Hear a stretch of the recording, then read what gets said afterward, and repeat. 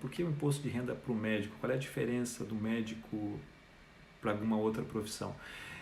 Existem algumas particularidades, algumas peculiaridades que eu vou conversar e vocês vão ver que existem algumas necessidades nossas. Existem 4 alíquotas, né?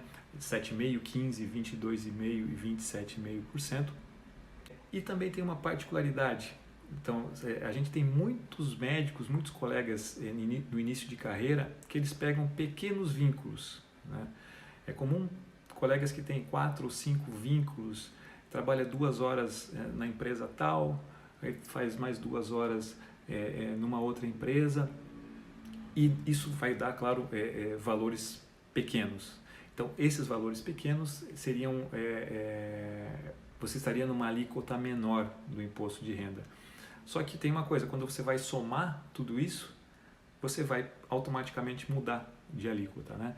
Então tem que ter muito cuidado, porque às vezes você não está contando com isso, né? A gente postou nas nossas redes sociais recentemente o depoimento de um colega nosso que fez exatamente isso, eu já fiz isso também, de você achar que você vai pagar menos imposto ou talvez até ganhar um pouco de restituição e no final das contas você subiu de alíquota, você tem que pagar mais. Então isso é uma coisa que a gente deve ter muito cuidado, é uma coisa que vocês precisam pensar muito bem, né, quando vocês entrarem em alguns empregos aí, né? Bom, falando agora sobre a documentação, o que eu devo juntar de documentos para a minha declaração de imposto? Primeira coisa, todas as fontes de renda devem entrar. Se você fez um plantão de 12 horas, isso entra na tua declaração de imposto de renda, tá? As empresas, elas são obrigadas a passar para você essa declaração, esses comprovantes, né?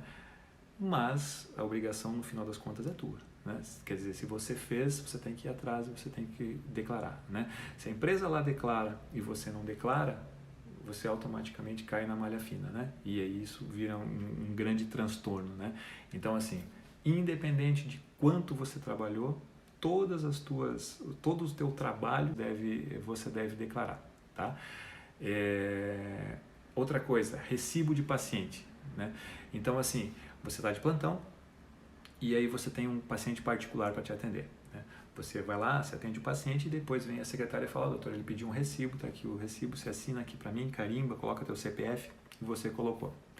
Muito bem, esse paciente ele vai colocar isso na declaração de imposto de renda dele, tá?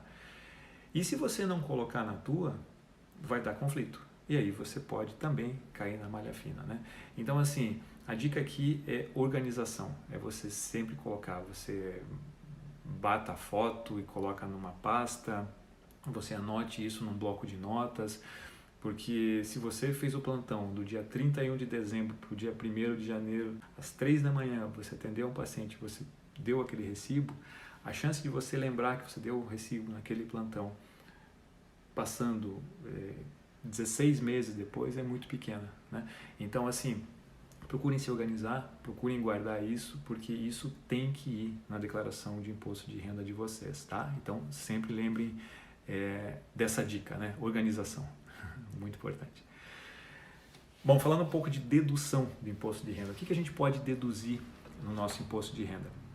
A primeira coisa são a questão de mensalidade de faculdade. Se você se formou o ano passado, você pagou faculdade no ano passado, você pode colocar isso como dedução na tua declaração de imposto de renda, tá? Se você está fazendo alguma especialização, isso também pode ser deduzido, tá?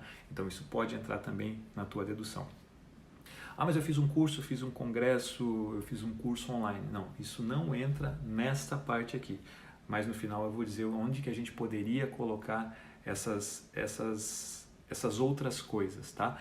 Mas nessa área de dedução entraria as despesas com graduação e pós-graduação, mestrado e doutorado também entrariam aqui, tá? Despesas com saúde. Se você consultou, se você passou em algum médico, em algum fisioterapeuta, em alguma psicóloga, isso pode entrar. Se você fez algum tratamento, isso pode entrar também. Tem alguns tratamentos que não entram, e é bom você dar uma olhada nos pormenores. Se você tem plano de saúde, isso também entra, tá? Previdência privada, se você paga a previdência privada, isso pode entrar na tua declaração o máximo de 12% da tua renda tributável, tá? Mas isso entra na tua declaração também, a previdência privada. E dependente também, se você tem filha, se você tem esposa, se seus pais são seus dependentes, você pode colocá-los na tua declaração de imposto de renda, tá? Até um limite. Que outros documentos a gente precisa colocar? Comprovantes de aquisição ou de venda de bens. Se você comprou um carro, se você vendeu um carro, você deve colocar esses comprovantes de quem você comprou, para quem você vendeu. Você deve colocar isso na tua declaração de imposto de renda. Isso vale também para imóveis, né? Saldo de conta. Todas as suas contas bancárias, você deve colocar o teu saldo do dia 31 de dezembro. Por que eu falo todas as contas?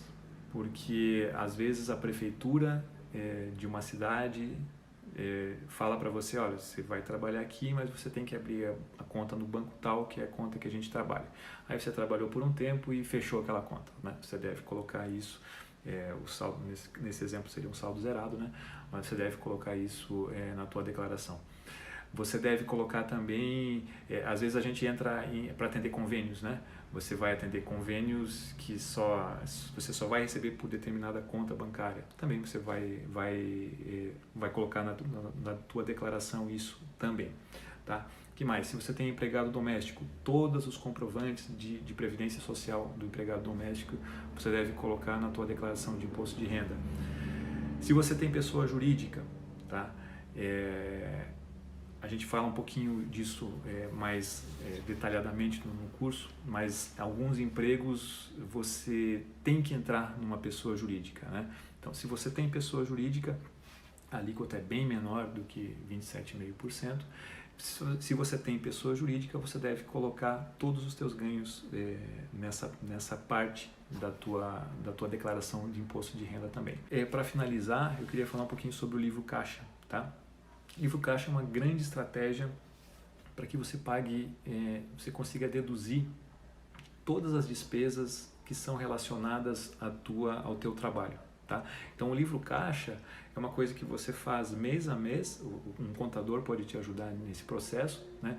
Mas o livro caixa é uma coisa que você pode fazer para deduzir as tuas despesas. Então, se você paga um aluguel de um consultório médico, você pode deduzir isso. Se você fez um curso, você foi num congresso, você pode deduzir isso. Então, existe uma série de coisas que a gente pode deduzir quando a gente faz o nosso livro caixa. Então, o livro caixa serve para uma pessoa física, não para pessoa jurídica, tá? E isso é muito interessante para nós profissionais liberais.